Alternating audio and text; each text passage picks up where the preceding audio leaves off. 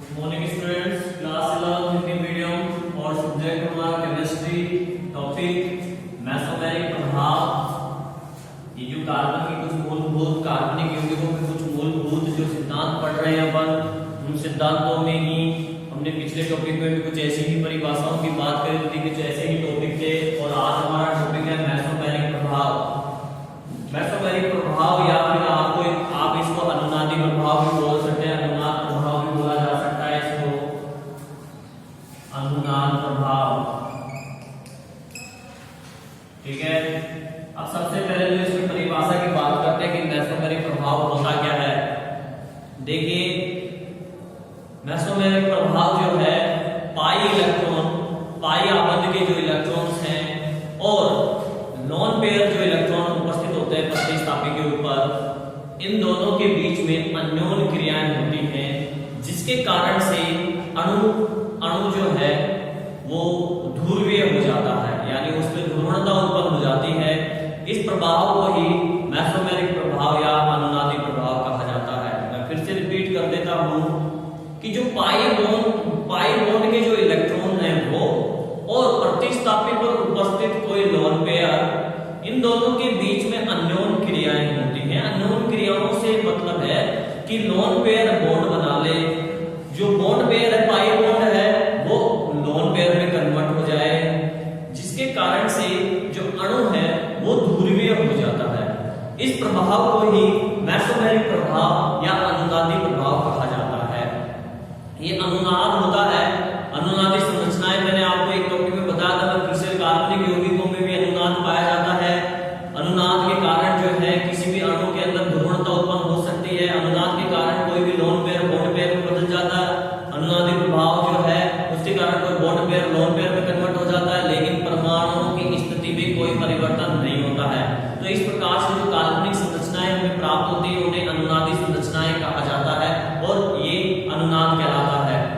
तो हम इसको M से प्रदर्शित करते हैं या R से भी प्रदर्शित कर सकते हैं। M यानी मेसोमेरिक इफेक्ट और R जब प्रदर्शित करेंगे तो हम इसको बोल सकते हैं रेजोनेटिव इफेक्ट। ठीक है, तो अब हम बात करेंगे, जब परिभाषा हमें समझ में आ गई है तो हम इसके प्रकारों की बात करते हैं।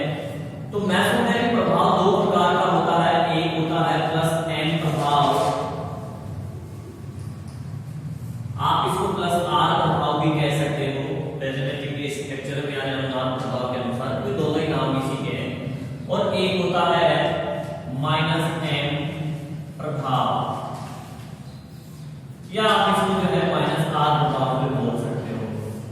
तो ये दो प्रकार का होता है, प्लस M और माइनस M, या प्लस R और माइनस R प्रभाव। अब इन दोनों में देखिए होता क्या है, इसकी बात करते हैं अपन यहाँ पे कि ये प्रभाव कब उत्पन्न होता है, प्लस R और माइनस R। तो सबसे पहले अपन बात करते हैं प्लस M प्रभाव। देखिए प्लस M प्रभाव कब उत्पन्न होता है। प्लस M प्रभाव क्या है, जब भी कोई प्रतिस्थापी जुड़ा हुआ होता है और प्रतिस्थापी के अंदर, प्रतिस्थापी में जो है इलेक्ट्रॉन का विस्थापन अणु पर हो जाता है, यानी प्रतिस्थापी के पास क्या है, प्रतिस्थापी के पास लोन पेयर प्रेजेंट है। प्रतिस्थापी आप देख सकते हो कि प्रतिस्थापी पर उपस्थित लोन पेयर अणु पर विस्थापित हो जाता है, तब ऐसे प्रभाव को प्लस M प्रभाव कहा जाता है। ऐसे प्रभाव को प्लस M प्रभाव कहा जाता है। अब हम इसका एक उदाहरण से इसको समझेंगे, इस परिभाषा को प्लस M प्रभाव जो है इसको एक उदाहरण से अपन समझते हैं, उसमें अपन अनुनादी संरचनाएं बनाते हैं।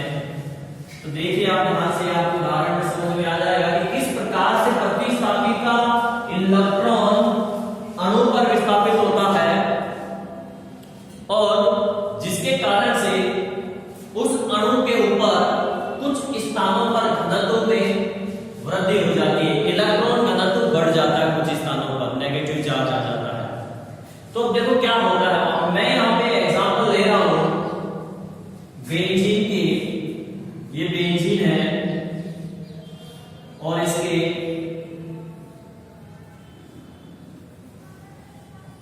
ये अल्टरनेट एक छोड़कर एक आबंध है और यहां पे प्रतिस्थापी ग्रुप जुड़ा हुआ है NH2, एक क्रियात्मक समूह एमीन।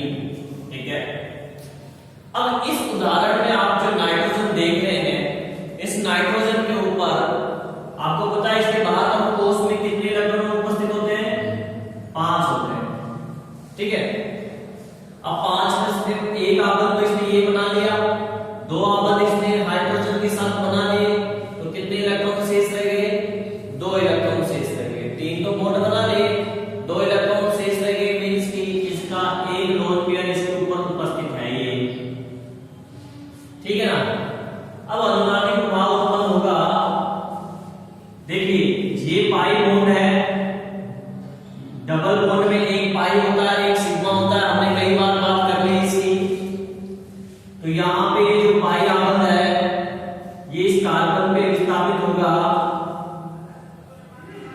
ऐसे, तो इस कार्बन के ऊपर इलेक्ट्रॉन घनत्व बढ़ जाएगा।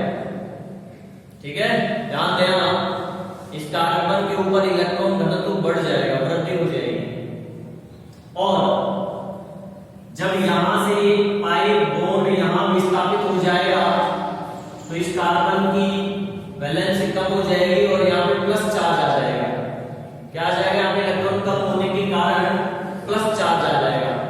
तो जब प्लस चार्ज आएगा तो उसको भरने के लिए इसके इलेक्ट्रॉनों को अपनी ओर खींचेगा, तो ये इलेक्ट्रॉन जाएगा फिर यहाँ पे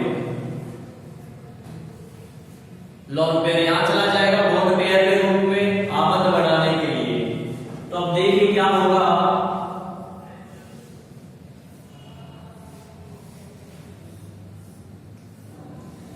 ये बॉन्ड यहां चला गया तो यहां पे माइनस चार्ज आ गया, इलेक्ट्रॉन बढ़ गया, इनमें कोई हलचल नहीं हुई है। और यहां पे ये लोन पेयर यहां पे आ गया तो एक बॉन्ड पहले से है, एक और बॉन्ड बन गया इस लोन पेयर की वजह से। और NH2 क्योंकि नाइट्रोजन का लोन पेयर यहां चला गया है इसलिए नाइट्रोजन पे आ जाएगा पॉजिटिव चार्ज। तो अब आप देख सकते हैं अनुनादी प्रभाव के कारण या मेसोटेरिक प्रभाव के कारण अणु जो है ध्रुवीय हो गया, plus minus effect, plus minus आ गए, इसमें चार्ज आ गया, इसमें ध्रुवीय हो गया। तो इस प्रकार से जो है अनुनादी प्रभाव के अंदर अणु के ऊपर जो है ध्रुवणता उत्पन्न हो जाती है पाई इलेक्ट्रॉन और लोन पेयर के कारण, अन्योन्य क्रियाओं के कारण। इस प्रभाव को यह मेसोटेरिक प्रभाव कहा जाता है। और हम बात कर रहे हैं प्लस M या प्लस R प्रभाव की।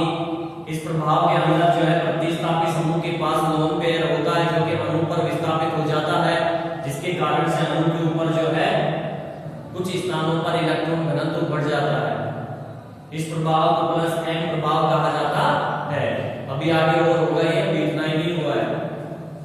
अब देखिए अब क्या स्थिति है इसमें। अब ऊपर वाला मामला ऐसे रहेगा जैसे अभी इसमें कोई चेंज नहीं होगा।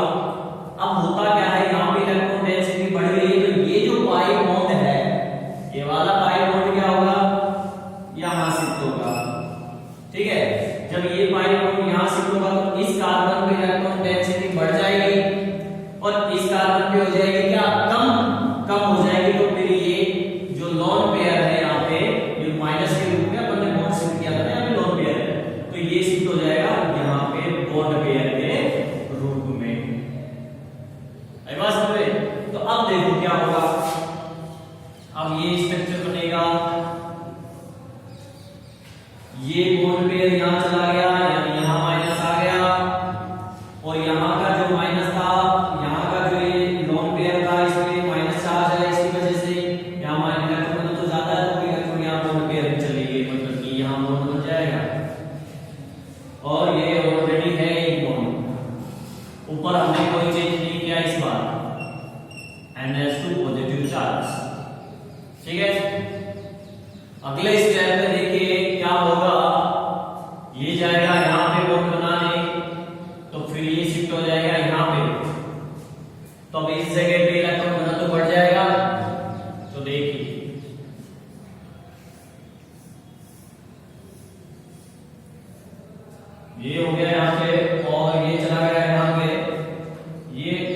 इलेक्ट्रॉन यहाँ शिफ्ट हो गया तो यहाँ पे इलेक्ट्रॉन घनत्व बढ़ गया, double bond NH2 plus charge, कोई दिक्कत नहीं है, ठीक है। नेक्स्ट देखिए अब क्या होगा, अब ये जो इलेक्ट्रॉन है ये यहाँ बॉन्ड में शिफ्ट होंगे, जब ये यहाँ बॉन्ड में शिफ्ट होंगे सडनली कार्बन पे जो है वैलेंसी बढ़ गई है, 5 हो गई 4 की जगह, तो जब ये यहाँ शिफ्ट होगा तो ये वापस अपनी जगह पे चला जाएगा लोन पेयर के रूप में। तो अब क्या हो जाएगा, अब इसमें ये हो जाएगा ये यू की यू है, ये भी यू है और ये यहाँ पे बॉन्ड में चला गया, तब यहाँ सिंगल बॉन्ड रह गया, ये वाला बॉन्ड वापस से अपने लोन पेयर के रूप में यहाँ पे चला गया।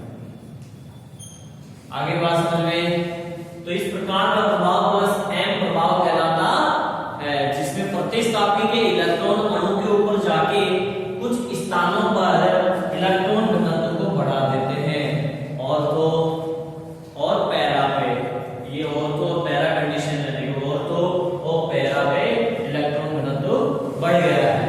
आई बात समझ में, तो ये था प्लस एम प्रभाव। अब बात करते हैं अपन माइनस एम प्रभाव की, तो माइनस एम प्रभाव वे समूह प्रदर्शित करते हैं जो जनरली इलेक्ट्रॉन ग्रहण करने की क्षमता रखते हैं, जो जनरली क्या करते हैं, इलेक्ट्रॉन ग्रहण करने की क्षमता रखते हैं। तो ऐसे प्रभाव को माइनस एम प्रभाव या माइनस आर प्रभाव कहा जाता है।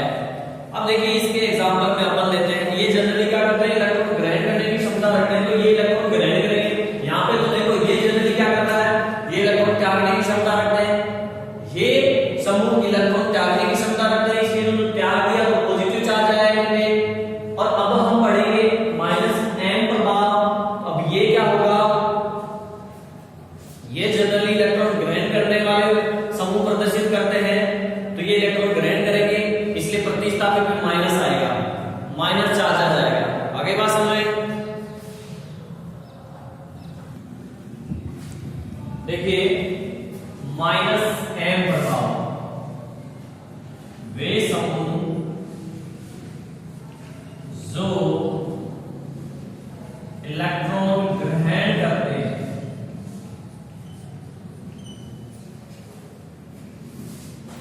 वो माइनस एम प्रभाव प्रदर्शित करते हैं। अब देखिए कौन से समूह हैं जो माइनस एम प्रभाव प्रदर्शित करेंगे। तो मैं यहां पे एग्जांपल ले रहा हूं नाइट्रोबेंजीन का। नाइट्रोबेंजीन, तो ये तो हमने बेंजीन बनाया, अल्टरनेट डबल बॉन्ड।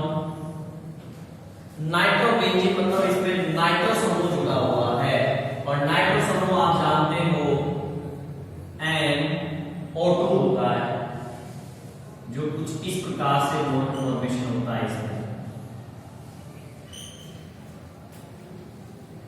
यहां पे ये जो ऑक्सीजन आपको दिख रहा है इसमें 2 लोन पेयर हैं, डबल बॉन्ड बनने के बाद में 2 लोन पेयर लेता है इसमें। अब नाइट्रोजन से ज्यादा विद्युत तीव्रता इस ऑक्सीजन परमाणु की है, जिसके कारण से ये क्या करेगा कि इस पाई बॉन्ड को, ये पाई बॉन्ड के जो इलेक्ट्रॉन है इनको अपनी ओर खींच लेगा, तो ये लोन पेयर में चला जाएगा। तो जब ये यहां लोन पेयर में जाएगा तो इस पे क्या होगा, नेगेटिव चार्ज आ जाएगा। तो आप देखिए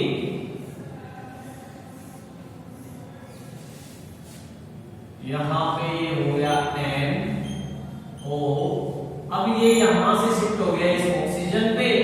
पहले से यहां पे 2 लोन पेयर हैं, एक और लोन पेयर आ गया, जो पाई बॉन्ड था वो शिफ्ट हो गया, जिसके कारण से यहां पे नेगेटिव चार्ज आ गया।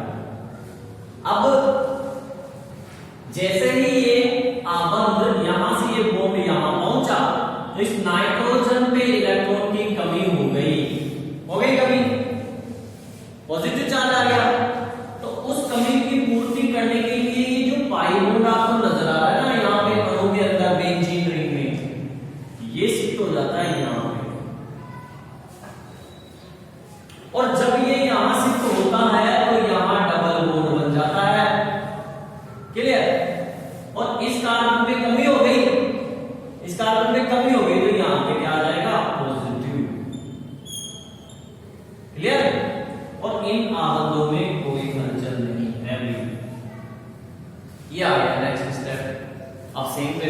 आ जाएगा 1/1। जब यहाँ पे इलेक्ट्रॉन की कमी हुई है तो फिर ये इलेक्ट्रॉन का धोखा इस पाई इलेक्ट्रॉन को अपनी ओर खींचेगा, जिससे कि ये आबंध यहां बनेगा। तो देखिए अगले स्टेप में ऊपर वाले में अब हमें कोई चेंज नहीं करना, लास्ट में ही चेंज होगा वहां पे। यहां ऐसे पे ऐसे है, ये कोऑर्डिनेट बॉन्ड है, ये सिंगल बॉन्ड हो गया, नेगेटिव चार्ज माइनस। अब यहां से इलेक्ट्रॉन यहां से तो ये बन गया बॉन्ड, यहां पे ये बॉन्ड ऐसे कैसे, कोई चेंजेस नहीं है इसमें, ठीक है। अब देखिए, अब यहां पे कमी हो गई तो प्लस यहां पे आ गया, ठीक है नहीं। अब ये जो ये पाई आबंध जो है यहां फिर इसकी पूर्ति करने के लिए जाएगा तो क्या होगा, जब ये यहां पहुंचा तो यहां बॉन्ड बन जाएगा, इसमें कोई हलचल नहीं, यहां पे कोई हलचल नहीं है, फिलहाल में तो यहां पे कोई हलचल नहीं है, माइनस। तो अब यहां पे प्लस बन गया क्योंकि यहां इलेक्ट्रॉन घनत्व कम हो गया। देखो दोनों में फर्क क्या है, प्लस एन प्रभाव के अंदर तो अणु के ऊपर इलेक्ट्रॉन घनत्व बढ़ रहा था और माइनस एन प्रभाव के अंदर अणु के ऊपर इलेक्ट्रॉन घनत्व कम हो रहा है। ये प्लस साइन बता रहा है कम हो रहा है घनत्व विभिन्न स्थानों पर और तो पैदा है। तो अब फिर वापस से जो है ये यहां आ गया, इसको भरने के लिए पाई बॉन्ड सिद्ध होगा यहां पे। तो जब ये पाई बॉन्ड यहां सिद्ध होगा तो फिर इस नाइट्रोजन की पूर्ति करने के लिए वापस से ये लोन पेयर कहां सिद्ध हो जाएगा, यहां पे, है कि नहीं। और स्टेप आ जाएगा, यहां बना रहा हूं मैं ये वाली स्टेप,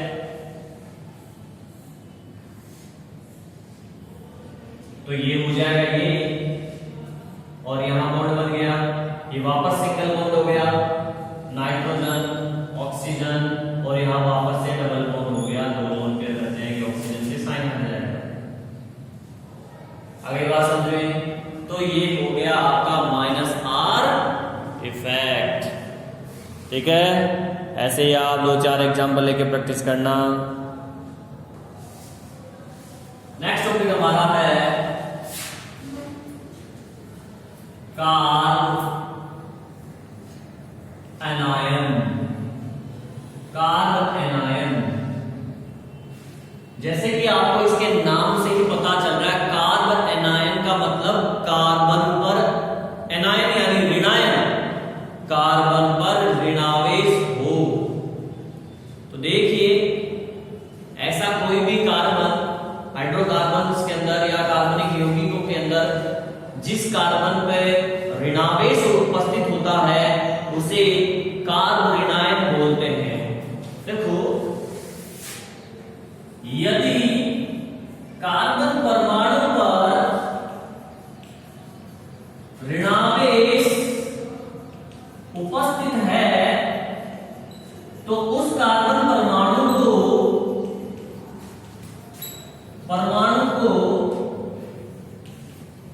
कार्ब एनायन बोलते हैं। पहली चीज, अब जैसे एग्जाम्पल मैं आपको बताता हूं, एग्जाम्पल कार्बन और यहां पे ऋणावेश हो CH3 है। अब ये मेथाइल ग्रुप है CH3 और इस पे जो है ऋणावेश यानी कि एक्स्ट्रा क्या हो, इलेक्ट्रॉन हो। तो एक्स्ट्रा इलेक्ट्रॉन हो मतलब ये लो, एक्स्ट्रा इलेक्ट्रॉन कर देते, एक इलेक्ट्रॉन इसका, एक इलेक्ट्रॉन और है किसी और का, तो ये माइनस चार्ज आ गया इसमें। इसी प्रकार से ये हो सकता है CH3CH2, 1 2 3 और एक इलेक्ट्रॉन इसका, एक इलेक्ट्रॉन किसी और का, तो इस पे भी माइनस चार्ज आ गया। तो ये जो कार्बन है ये कार्ब ऋणायन है, ये जो कार्बन है ये कार्ब ऋणायन है, ठीक है, क्योंकि ऋणावेश उपस्थित है। अब ये जो कार्बन होता है इसके बाह्यतम कोश में 8 इलेक्ट्रॉन होते हैं। बाह्यतम कोश में 8 इलेक्ट्रॉन होते हैं।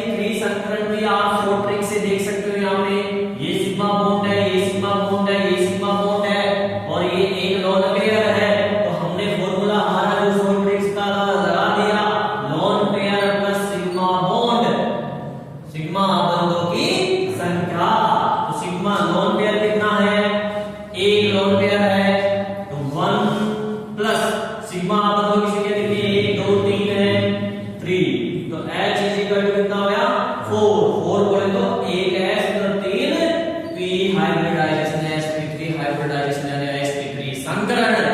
आगे बात समझ में। अब इस कार्बन एनायन को हम 3 भागों में बांट सकते हैं। तो 3 भाग देखिए, एक पहला भाग है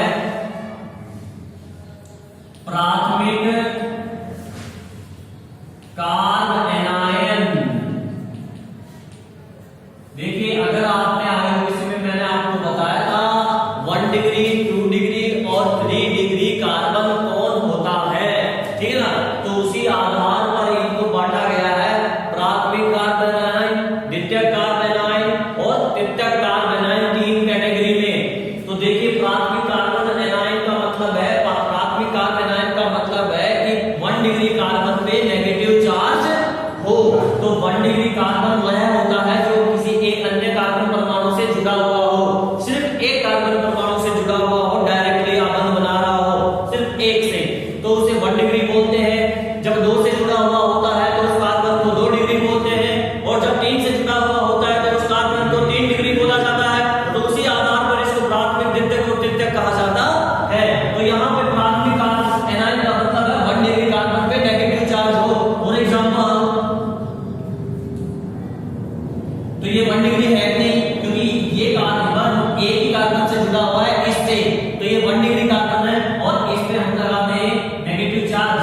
तो अब ये प्राथमिक कार्बन एनायन का एग्जांपल हो गया। इसी प्रकार से दूसरा जो भाग है इसका द्वितीयक कार्बन एनायन, अर्थात 2 डिग्री कार्बन पे क्या हो, ऋणावेश हो।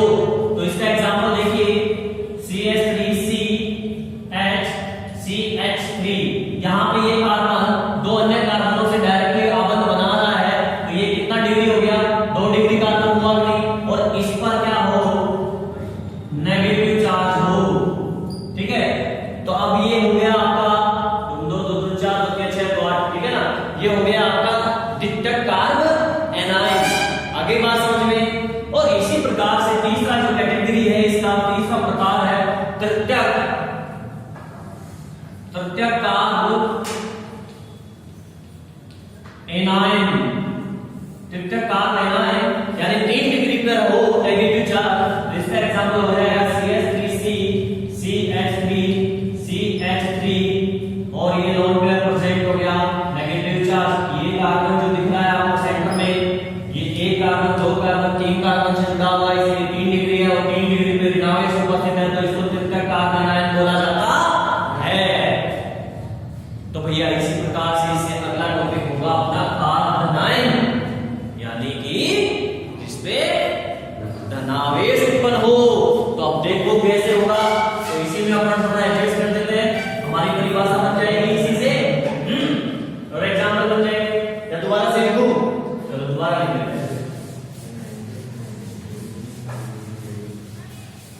पहले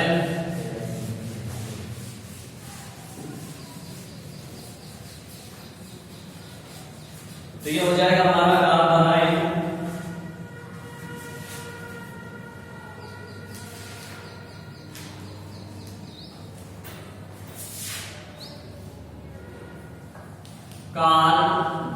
कार्बनायन, ठीक है, कार्बनायन। यदि परिभाषा देखिए, यदि कार्बन परमाणु पर धनावेश उपस्थित है तो उस कार्बन परमाणु को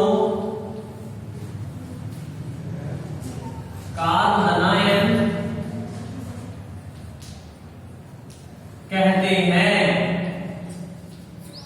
ठीक है। और अगर इसमें इलेक्ट्रॉनों की बात करें, पहले एग्जाम्पल देखिए, चलो एग्जाम्पल देखिए। कार्बन पर धनावेश उत्पन्न हो, धनावेश हो, धनावेश का मतलब उसके पास इलेक्ट्रॉन की कमी है, ठीक है। तो इलेक्ट्रॉन की कमी है, तो देखिए एग्जाम्पल CH3 CH2 पॉजिटिव। अब इस कार्बन पे पॉजिटिव चार्ज है, धनावेश है, तो ये कार्बन हो गया कार्बन आयन। इसको क्या बोलेंगे? Carbon ion. आई बात समझ में? क्योंकि इसका इलेक्ट्रॉन चला गया है, निकल गए, तो इसके पास इलेक्ट्रॉन की कमी हो गई और इसमें पॉजिटिव चार्ज आ गया, ये कार्बन आयन है। अब मैं दूसरी जो बात बता रहा हूं, इस पर, इस कार्बन पर, इस कार्बन का लीजिए अष्टक पूर्ण नहीं होता, अष्टक पूर्ण नहीं होता इसका। देखिए आप इसी एग्जांपल में देख लीजिए, ये आबंध बना रहा है एक इस तरफ, ये एक ऐसे और एक ऐसे, और यहाँ पॉजिटिव चार्ज है इसके। तो आप देखो इलेक्ट्रॉन काउंट करो, 2 एकम 2, 2 दूनी 4, 2 तिया 6, और कोई लोन पेयर भी नहीं है, तो इलेक्ट्रॉन पूरे नहीं हो रहे ना, 8 इलेक्ट्रॉन पूरे होते हैं तब अष्टक पूर्ण होता है, इसके पास तो 6 ही है, तो इसका अष्टक पूर्ण नहीं होता है। और संकरण की बात करें अगर, तो इसमें sp2 संकरण होता है, sp2 संकरण होता है। तब देखिए sp2 संकरण कैसे, sigma bond sigma bond sigma bond, कोई लोन पेयर नहीं है, इट मींस ये हो जाएगा आपका H is equal to lone pair 0 plus sigma bond कितने 3, तो H इज इक्वल कितना हो गया 3, 3 का मतलब एक S और 2 sp2 संकरण। आगे बात समझे, इनको लुईस अम्ल कहा जाता है, कार्बन आयन को लुईस अम्ल कहते हैं, लुईस अम्ल कहते हैं इनको, क्योंकि ये इलेक्ट्रॉन ग्रहण करते हैं, इसलिए लुईस अम्ल कहलाते हैं। जबकि जो कार्ब एनाइन है, जो कार्ब एनाइन है वो लुईस क्षार कहलाता है, क्योंकि उनके पास एक्स्ट्रा इलेक्ट्रॉन वो डोनेट करने की क्षमता रखते हैं। आगे बात समझ में, अब इसको फिर हम 3 कैटेगरी में डिवाइड कर सकते हैं, सेम वही जो भी कार्बन आयन के अंदर किया था, प्राथमिक कार्बन आयन, द्वितीयक कार्बन आयन और तृतीयक कार्बन आयन हो जाएगा ये। जैसे कि पहला एग्जांपल है आपका प्राथमिक